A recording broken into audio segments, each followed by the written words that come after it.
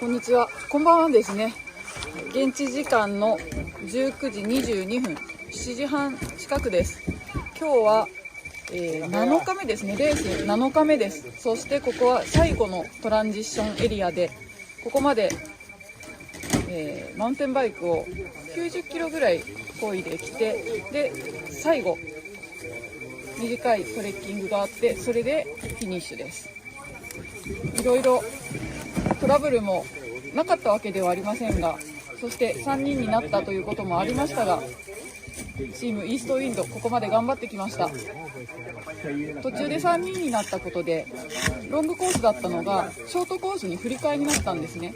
なので行かなくていいチェックポイントっていうのが出てきたんですが、ここまでのマウンテンバイクではそのショートコースは行かなくてもいいというチェックポイントも全部行こうという話をしてました。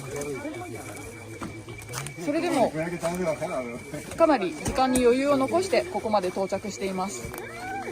このまま最後まで頑張ってほしいですね。